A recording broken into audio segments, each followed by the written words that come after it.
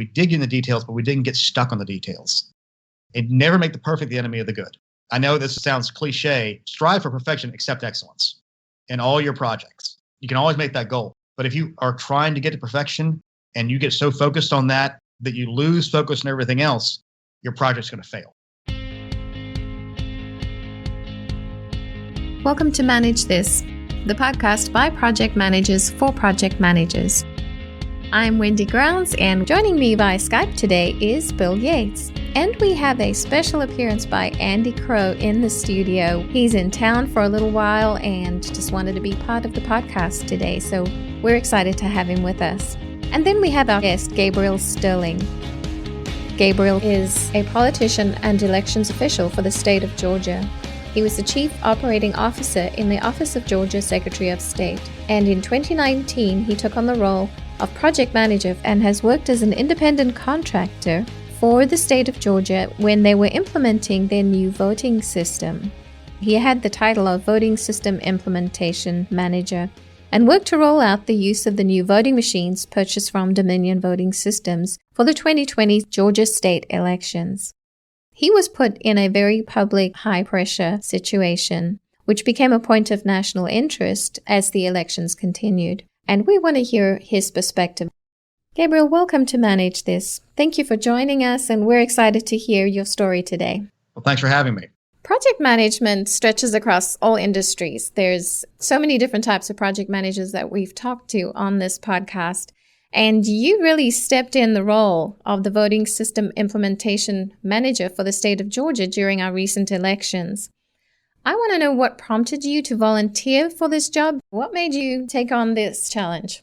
The word volunteer is very loosely used at that point by you there, Wendy, because what happened when I came to the office, I was the chief operating officer, and I have experience on that. I've stood up accounting departments, built out warehouses, put together manufacturing facilities. So there's various levels. And one of my favorite things to ever do in a million years is to do a facility walk with somebody who knows how those systems work. That's where you can really get into the weeds of understanding how things happen. And I used to be a consultant, and one of the great things for any consultant is you look at everything with fresh eyes. You look like a genius for the first 3 days you're there because everybody else is used to seeing things the way they always have been. But what happened in this particular case is I had been on a city council in Sandy Springs, which is a city just north of Atlanta. And we did some large projects, and I've been around a lot of bidding situations. We had to go out and get the architects and the builders. We partnered with Holder to build out a city center. That was a $230 million project. So out of the gate, when the Secretary Raffensperger was sworn in, we were told, oh, the RFP is almost done for this voting system. It's almost there. And then 2 weeks soon, we realized there is no RFP. There had been an RFI, a request for information. So out of the gate, it kind of fell on my lap to put together a team to do the RFP. And as you know, the RFP essentially is going to set the parameters of your project. And the unfortunate part about our RFP is everybody bidding knew the number. There was no fight over those things. So how do you then deal with that? Because we were going to get $150 million in the budget. Everybody knew that. Everybody knew that was a thing. The other thing in this election space, it is a small space. There's very few players. So they all hate each other, and the knives are out every time. So there's almost always a bid protest. But we were on a tight timeline, so I knew there was no way we can afford to have a bid protest. So we had to do a very, very, very tight RFP out of the gate. It kind of sets the ground rules. So when I got here, we started having 2 meetings a week. Then we started having a meeting a day, and my goal was to have the RFP ready to drop, not when the governor signed, but when the final bill passed out of both houses. Because I was looking at the calendar going, we have a federal statewide election in March, and it was already February. And we were launching what was going to be the largest implementation of a technology platform, essentially, for elections in the history of the United States, in 159 counties that were resourced very differently. Some wildly rich in resources, some so poor their elections director is a part-time worker who works 24 hours a week so they can avoid paying them benefits. So you can't do a one-size-fits-all. So we started doing 2-a-days doing the RFP. And I had everybody come to our 8th floor conference room and assign tasks. We had them at 9 in the morning and 2 in the afternoon, trying to drive to the goal of having the RFP prepared to go. And there's a very arcane system for procurement in Georgia that is under the Georgia procurement law. And there's 1,000-point measurement for every single one. It's 1,000 points. And sometimes you'll set the price at 500 points. You can set it at 250 points. You can set it at 100 points. And we were trying to say, okay, we want to be able to protect the taxpayer, but we want to make sure we get a quality system. So you couldn't just lean in on price solely. So we set 250 points, which set 750 points left for the other 30, I want to say it was 34 questions with a total of around 400 sub-questions. And we were also going to have demonstrations. But the way our procurement rule works, everything has to tie back to the answer to the question. So you had to make sure your questions were very tight and very yes, no with explanations. So that they gave the evaluators the opportunity to look at it properly. So we went through that process. We dropped it the day after the thing passed, and then they signed it.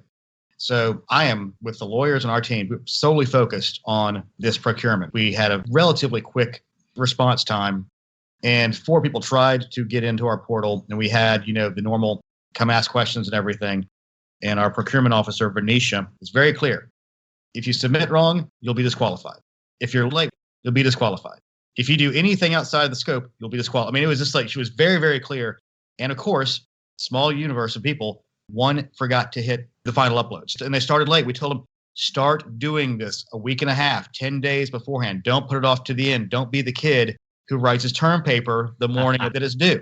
So one person didn't make it. They didn't make it across the line. Just they didn't upload everything because they started late. Because you could see when they're in the portal doing stuff. I mean, there was very little sympathy from our end because we literally told them, and even in the demonstration, it took 4 minutes to try to upload a single document, and this was with us in the building. So we ended up having 2 bidders out of the 3 that made it to basically a point where we're going to negotiate with you. One was the incumbent provider, which was ES&S, who had taken over from the previous holder, which was the old Diebold machines. They used the ATMs and everything. And the irony of that was our contract for the original Diebold machines was so cited to the state, it literally bankrupted the company. But they put a perpetual license in. So there was no money to be made for all the service they were having to do for years and years and years. So they went bankrupt. So you need to be careful on your contracts. You don't want to kill the people providing you services. Right. So we did that, and Dominion came in with the best pricing. So they were ahead, but they were number 2 on technicals. ES&S came in number 1 on technicals, but they were behind on pricing, but relatively significantly so. And I remember talking to our attorney, Ryan. So we had to take the meetings with them to negotiate the contract at that point. And we said, who's going to be the black hat? Because when you do these things, you got to have a white hat and a black hat. You got to have the guy who's the reasonable person, then the unreasonable person. We didn't really decide, but we sat down. I was the black hat. It was actually kind of fun to a degree. I mean, I walked into one side and said, you're number 1 in technicals, that's fine, but these other guys are really aggressive and they're already well ahead of you. You better clean your stuff up and you better sharpen your pencil and get this number better. Then went to the other side and said, hey, y'all are number 2 in technicals. You better sharpen your pencil if you're going to make this thing through, because the technicals are set. You can't change those. And I'm 50. So I watched a lot of television growing up in the 80s. And some of y'all may remember at the end of TV shows, sometimes they would have people jump in the air and do a fist bump and it would freeze on that. When we got their updated bids, the best and finals, one came down like 10 million, one came down like 9 million. So the initial one, the one was 93 million. And I started with a budget of 150.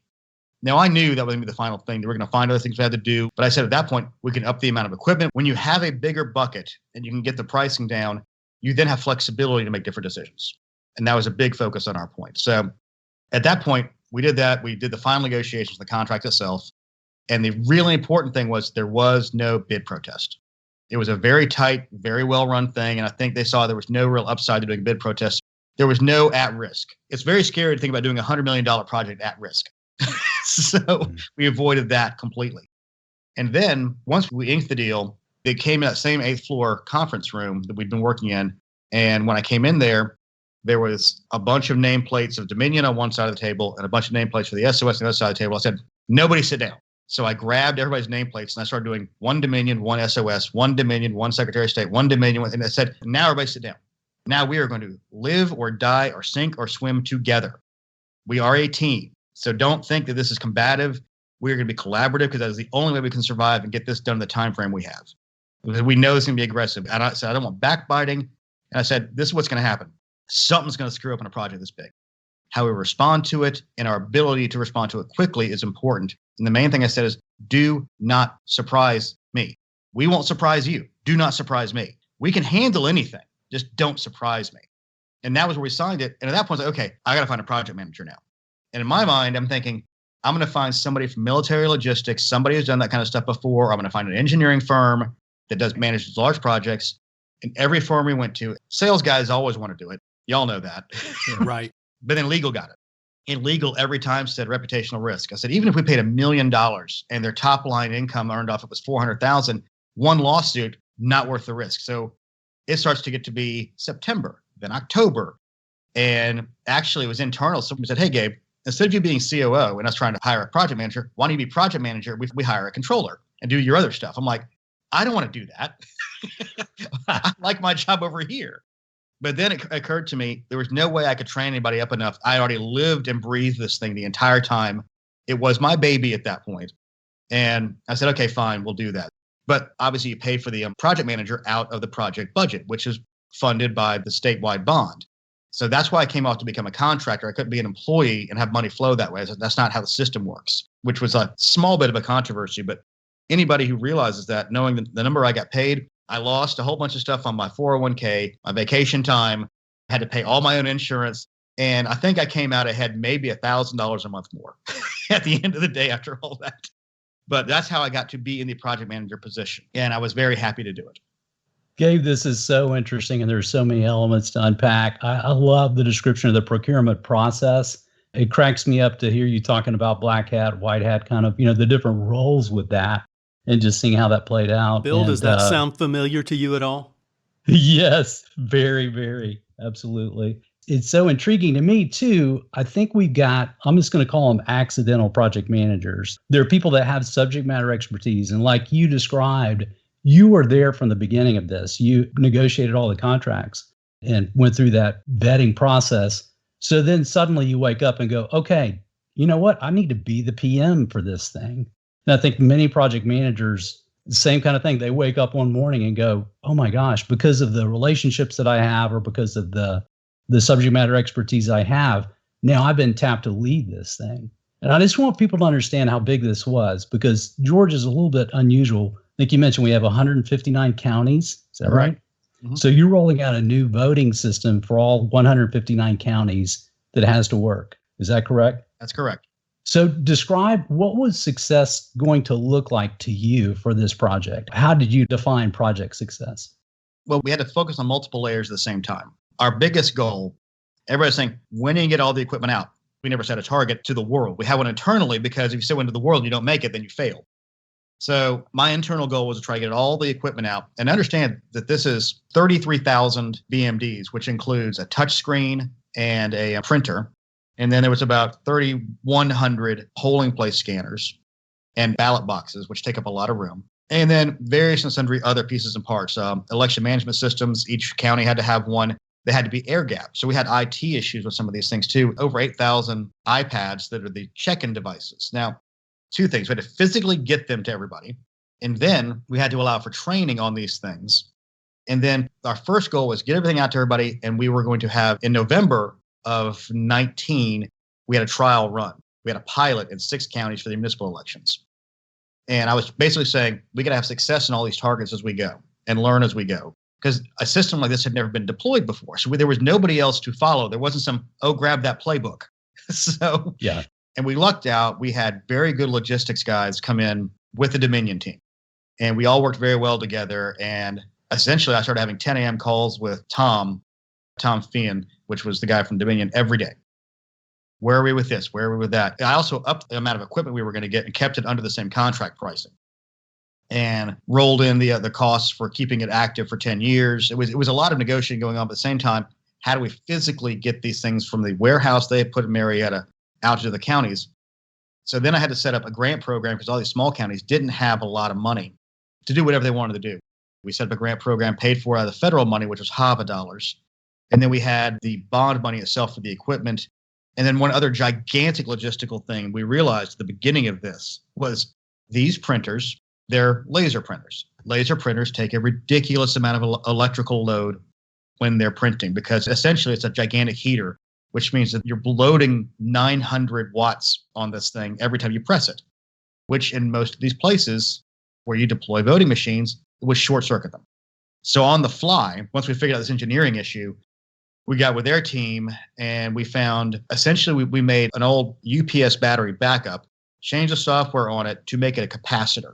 And we did this on the fly. So knowing we had to do so much time, because if we didn't do this, it was eking in a little under 4.5 volts, which means you could plug in up to 4 BMDs into one 20 amp outlet or 120 amp thing in the circuit breaker. Under the old system, it was basically a screen. It pulled no wattage at all. And so in the previous way they did these things, if they needed to add more, they just add more because they just daisy chained it. It didn't matter. Now we had to think about this. So that means that we had to do inspections of 2,700 locations with people who knew what they were doing. So I had to go out and find an electrical company that could get contractors on the ground and get these 2,700 places looked at in a period of 3.5 months. And we did it, and we did it for nearly only $1 million, which I was shocked. In my mind, so I was like, this is a $2.5 million deal. I know it is. I think we got it done for 1.3 million. And we had them take pictures, and we had the inspections, not just for electrical. We looked at their ADA compliance, physical security compliance. So we have records of all these locations now with pictures and descriptions and who's the key person to talk to. And we're able to label, if this wall plug doesn't work, it ties back to this circuit over there, which of course, anybody who's had a house longer than 20 years or 10 years knows nothing matches on your board anymore. All those things where it says dryer and washer, maybe. Outside of that, nothing matches. So we had to go through all that and get those reports to the counties while we were training them. And then we had the November trial run. And in the morning, we had a meltdown on the first run because we discovered later on our way of doing things, which was you had to take physical media and plug it into the iPads to get the voter files on, was not the way this was designed. It was designed to work through the internet. But we were like, oh, no, for security reasons, we don't want to do that. But then if you did it through the internet, they have a dashboard they can look at to see problems. Without this, we didn't have that. So I remember I was in the car driving to Bartow County, which was one of the places we had it. And they're telling me, we don't know what the issue is. Well, we're going to try to get the media to reload it. And I'm like, turn on the internet. Just turn it on now. Just turn it on everywhere. And it fixed the problem. And they said, well, what about security? It's like, if nobody knows we're turning it on, that's secure. So we turned it on, loaded the new thing, turned it off. But that taught me a strong lesson that we need to have that availability in case there's a human error, some other larger situation in the future. So the reason to do pilots like that on any project of that size, especially technology, is to learn those lessons in the real world. Because no matter how much you test, no matter how much you do stuff, before you roll out to prod, you have to be able to know multiple ways to fix things. So that's why you do pilots. Yeah. Gabe, I've got a question for you. You know, when you're looking at 159 counties, which I heard one time, I don't know if this is accurate, but I heard that we have more counties in Georgia than any other state except for Texas. Yeah. That's an incredible, and I'm sure that complicated because now you've got stakeholders in all of those, and you've got a much flatter organization probably than you'd like in a case like that. When you're working with that number of people, I'm curious, let me tee it up this way. I have family members who've managed polling places in large counties in the past, and things go wrong. You know, things happen even before this when it was a lower tech solution. You know, and you have to be adaptable and you have to have the rules and have a good command of the rules and be able to navigate that. I know you anticipated problems. What kept you awake the night before this election? What was weighing on you as kind of the project manager for this? It depends on which election you're talking about. There's the June election and there was a November election. In the June election, I was too dumb to know what to worry about. Right. Naive. Let's say naive. And it's the same thing. Equipment works. It just flat out works. This is certified off the shelf stuff. We know it's going to work. The main weakest point in any system is people. It's always going to be the people. And in June, we especially saw when Fulton did not staff up properly. Now, part of this wasn't their fault. They lost a lot of locations because of COVID. The average poll manager age was over 70. So a lot of the stuff, as you pointed out, has zero to do with technology. It's what systems do you have in place and what do you do when weird things happen and how do you respond to that? But in Fulton, they literally did a call for poll workers the Friday before. Zero time to train anybody. And then you have people who aren't willing to take leadership positions internal to what they were doing. It makes it that much more difficult. If nobody takes responsibility and nobody wants to figure it out, then problems stack up. And we have a lot of responsibility in the public side with zero authority. So like we cannot do anything to counties other than retrospectively find them, say they did something wrong.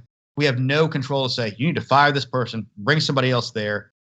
Now, we sort of, in November, asserted ourselves more, and the counties kind of led us because of what happened with Fulton County in June. The underlying thing for me was June was actually wildly successful other than in Fulton County. Were there other problems in other places? Yes, but they were addressed and fixed very quickly. That's where we saw some good things.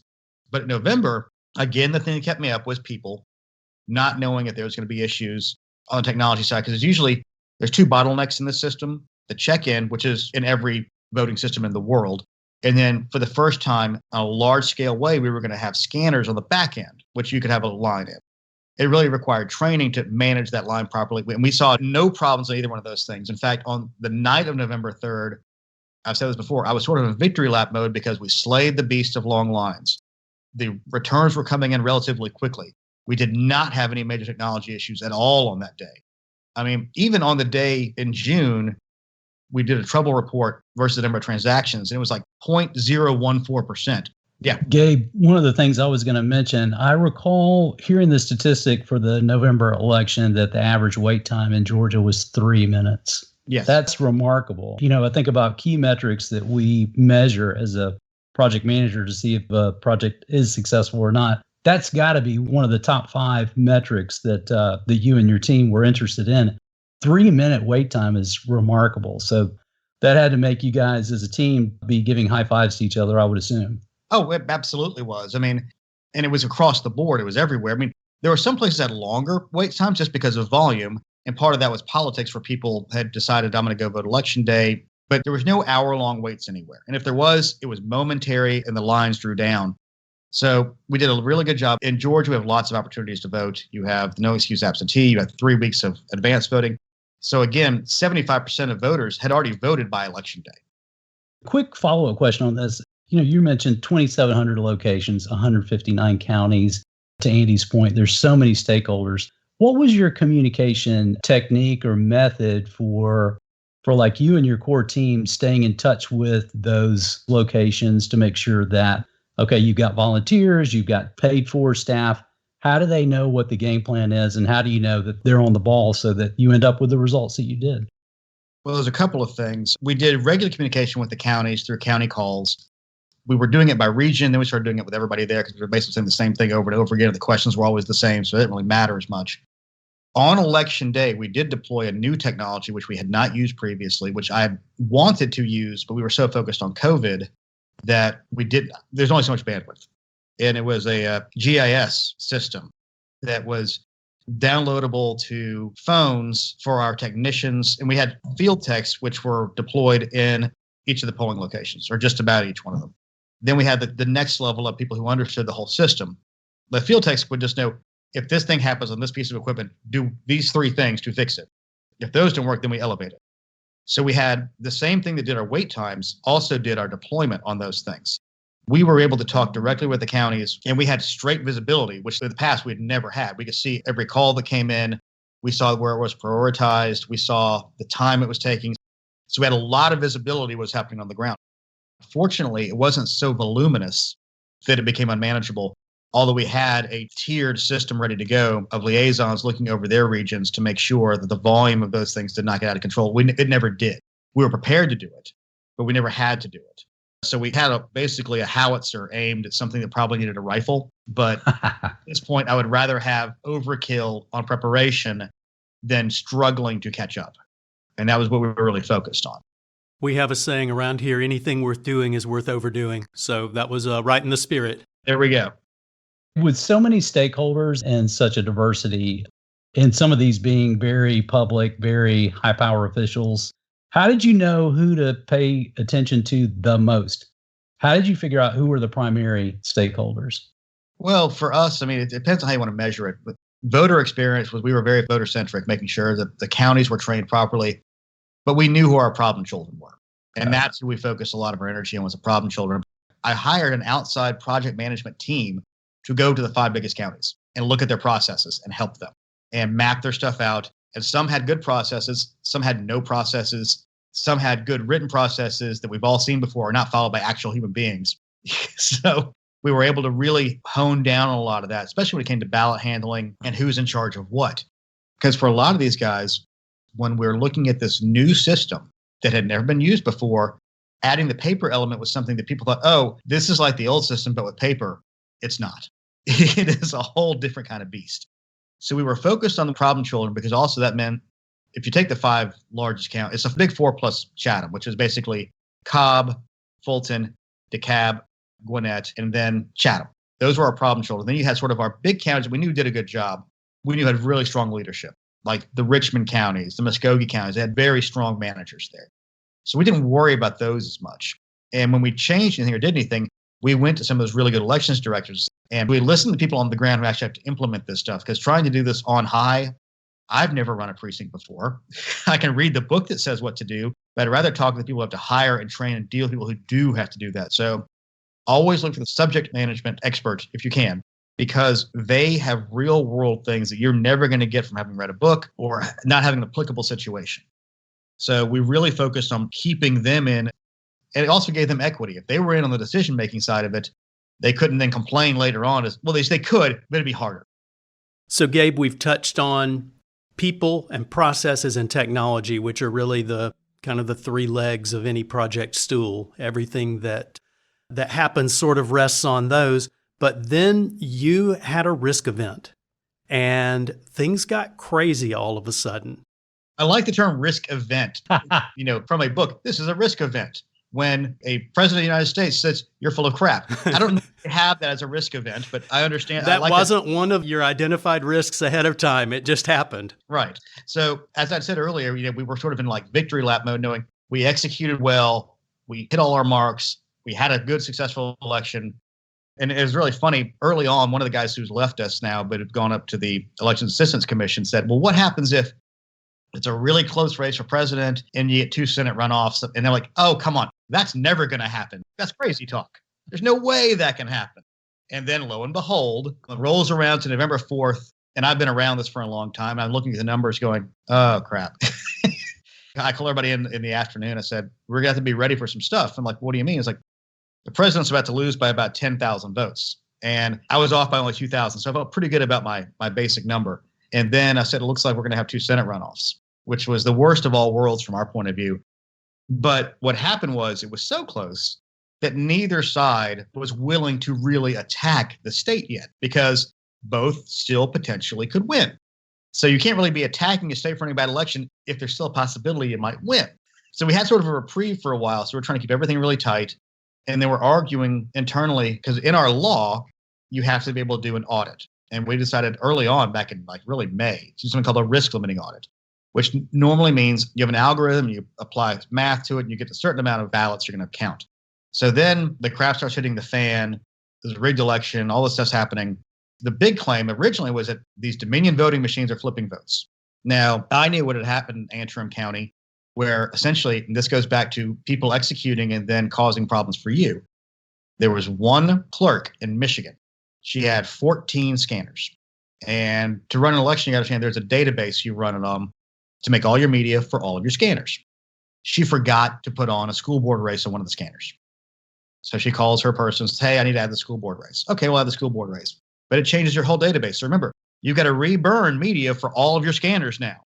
Very important. She didn't.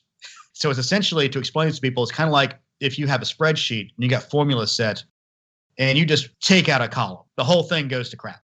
So that's essentially what happened in Michigan. And that's where this whole cascade of Dominion voting machines flipping votes came from, because this one poor woman forgot to change the media on 13 machines. Now, she went back and they caught it that day. It ended up that Trump won the county like he was supposed to with 62% of the vote. But the damage was already done. It hit social media and gotten out there. So we're down here in Georgia and they're saying, oh, these Dominion machines are flipping votes. And I remember I went to bed one night because we were arguing over which race do we do? How do we do this? And it was a secondary thing where under Georgia and federal law, we have 2 different standards for when runoffs happen. And because we have another law that says we have to do a rollover list, it would have crushed the counties to get the 600,000 ballots out for the state public service commission race, then run their early voting and then get another 600,000 ballots out. It would have been impossible. So we had to merge those 2 races together like we did in June. And I remember I walked in, we were having the conversation. I was like, okay, look, take politics completely out of it. What is the best election administration? What's the right thing to do? And we're like, move the race and do the recount, retally on the presidential. Like, that's going to be very hard. I'm like, yes, it's going to be hard. We don't have a choice. This is the only way. If we cop out and do the other race, the only option we had was the Kelly Loeffler race, which is going to run off anyway. So what does it matter if the machine's tallied properly? And we knew by the margin of the race that we were going to have to look at every single ballot. And I said, well, let's do that. And I remember I bet a guy in DC a bottle of very expensive whiskey. There's no way you can get this done. It's like, I'm banking on the people on the ground to do this. We're going to give them the rules and they're going to set up and then we're going to live stream it. So we did it. We set a time. They got the people done. I mean, the large counties really stepped up, but the small counties too that are under-resourced figured out how to do it in a public way. And it's one of those kind of things where here's the goal, here are the parameters, go do it. If you give people enough direction and let them figure out the details, micromanaging would have killed that. You had to have the faith in the ability of these professionals to execute that, even though they were tired. They wanted to defend their own system as well. So we started getting this stuff back in and it worked. And that showed that the machines did exactly what they were intended. They counted the ballots as cast. And most studies showed in hand counts, you're going to have a 1% to 2% difference from those things. In our case, we had a 0.1053% difference in the number of ballots cast and a 0.0099% difference in the margin, which is essentially identical. It showed the machines did exactly what they were intended to do. And that really started to take some of the air out of the balloon. That one went away. It still kept on coming. People kept on talking about Dominion, but for anybody willing to listen to sense, and that's the problem. No matter how much data you show, no matter how much you show some people, it was an emotional gut response. There was no evidence they were going to see that they couldn't justify away in their head. But we had to keep on doing what we were doing. So that's part of the reason I was doing it started off as daily press conferences and then started doing twice a day to explain this is where we are in the process. This is what we're doing. And it's funny, one of the things I think most people realize now that I was sort of a political junkie growing up, and I watched a lot of West Wing. But I remember in the final season, Alan Alda was the Republican nominee for president, running against Jimmy Smits, the Democrat, and there was a accident at a nuclear plant that Alan Alda's character had helped get built. And his staff's all saying, oh, you got to run away from this. You got to get away. You can't get near this. He's like, no, I'm going to run straight into it. And he did a 6-hour standing news conference and answered every single question. And if you go back and look at my first press conference after the crap started hitting the fan, and it was really funny. It wasn't planned necessarily, but like you'd said earlier, Bill, I kind of lived with this stuff. I knew all these things. And my boss, Deputy Secretary Jordan Fuchs, said, hey, guess what? You guys do the press conference. I'm like, what press conference? All those cameras out there. I'd walk past them coming in, assuming Brad, the secretary, was doing it. And I said to myself, I'm going to punch them out. I'm going to sit there and take every single question they had. And at the end of it, if you go back and watch it, I said, did I punch y'all out? Is that it? You got nothing else? Because I said, it's the only way we're going to get people to believe us is if we answer every single question as best we can and as thoroughly as we can. And I took that lesson. The other thing that I tried to do was, if you remember Clear and Present Danger, both the book and the movie with Harrison Ford, there was a scene where the president had been close to somebody who ended up being tied up with drug dealers. And they were like, say you were acquaintances, you kind of knew each other. And then Harrison Ford's character, Jack Ryan, says, no, we were best friends. But no, we were lifelong friends. There's nowhere else to go. If you lay everything out there and give nobody else anywhere to go, where does the story go?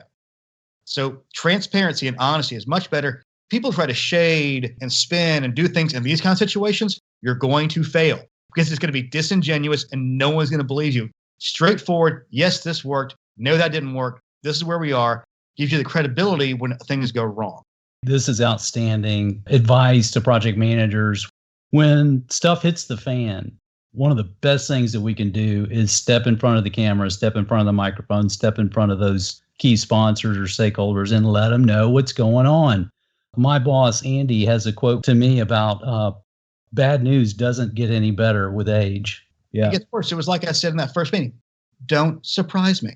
Exactly. We can handle anything as long as we're honest with you, but don't surprise me. And I saw that on a project I was on one time. It was a building project. And we figured it out that there was a problem that had started 4 months earlier. And the builder's like, well, we always thought we could get back ahead of it. No, that's the wrong way to do it. Just tell us, we'll work through it. There's always a path. Gabe, I have a question. You had personal threats. You had a lot of negativity thrown your way. How did you keep yourself personally motivated during this time? What kept you going? It never occurred to me not to do it. I guess naivete was what you called it earlier, I believe. I knew I was doing the right thing. So I had an internal drive that was there. I knew I was protecting the office. And the good part was, to me, I was battling against disinformation and people undermining democracy. As I said, I was a political junkie growing up. No one's going to mess with my democracy. So that was part of what it was. And then, I got letters. I'm looking at a stack of letters over here that were all positive.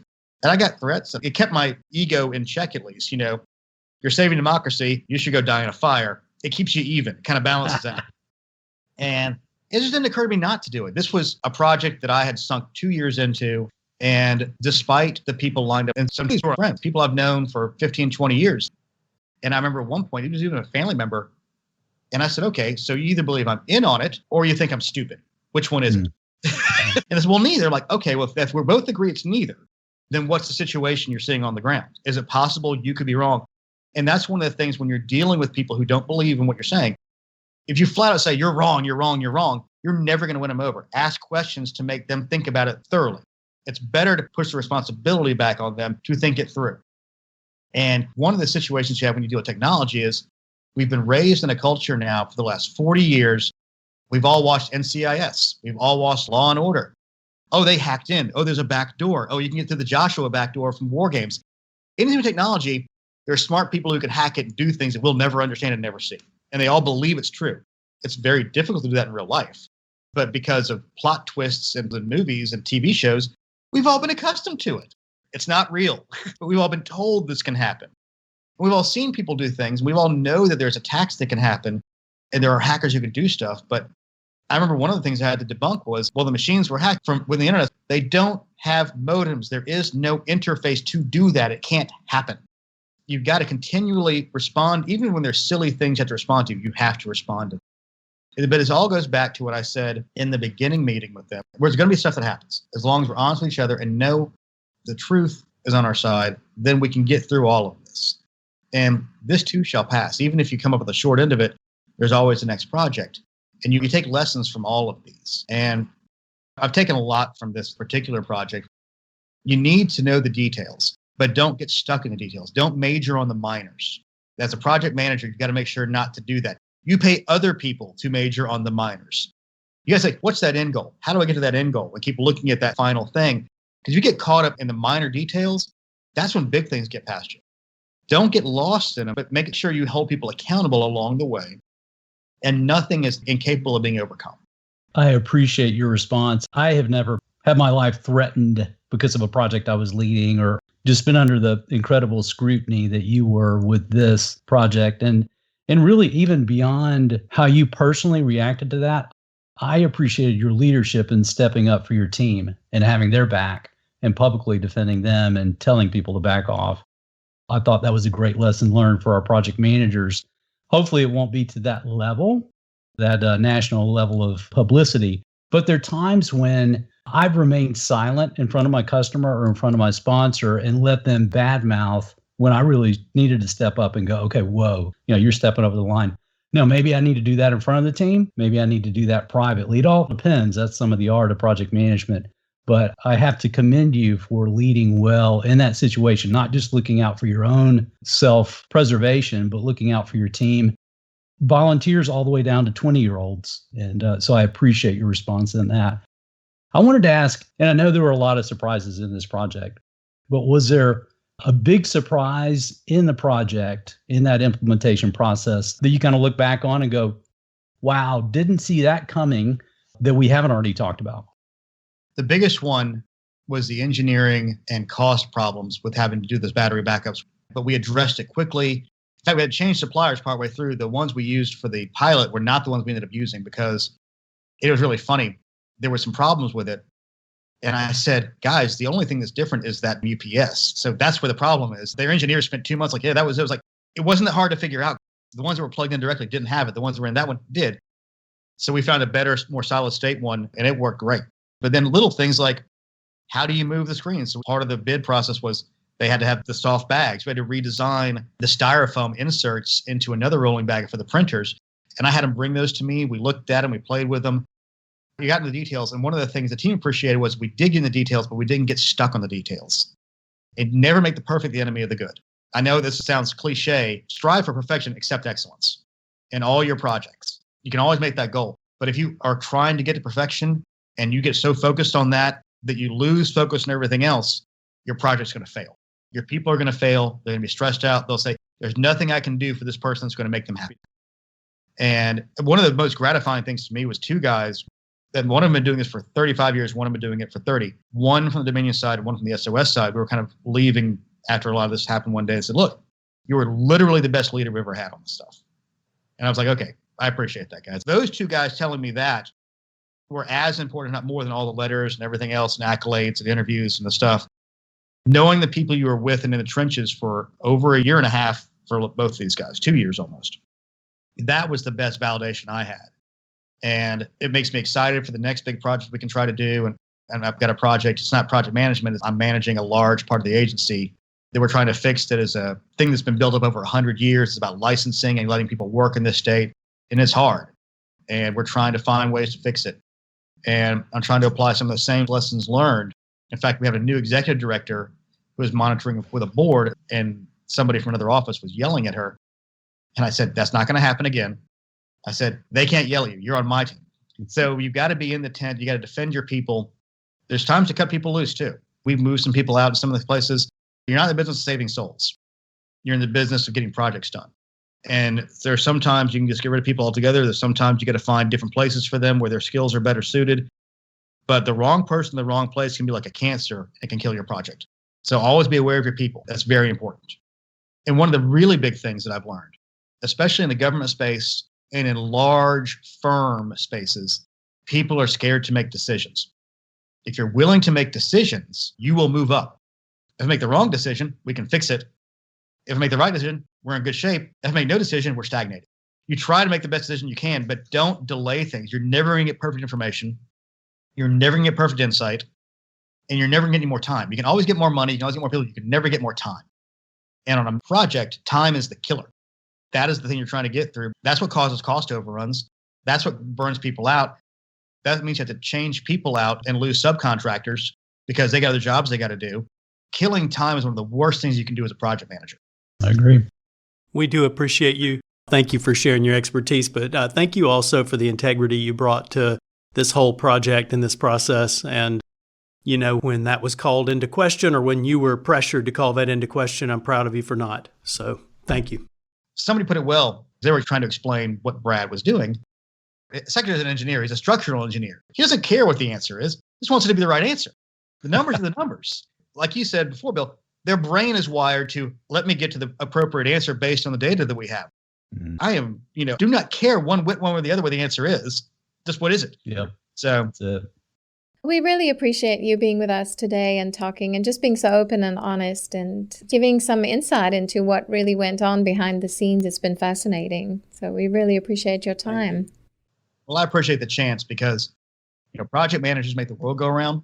If you didn't have project managers in place to do things the right way, a lot of stuff wouldn't happen at all levels, in government, in the private sector, and even really in the charity sector as well. All those things require people who can manage people and manage things and manage time and manage money. And you need all those skills to do the job right. That's it for us here on Manage This. We hope you'll tune back in next time.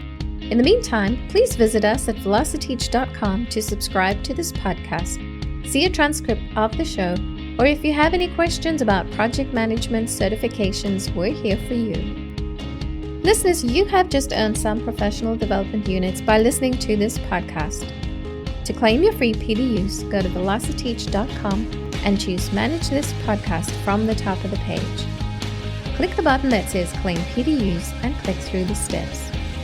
Until next time, keep calm and manage this.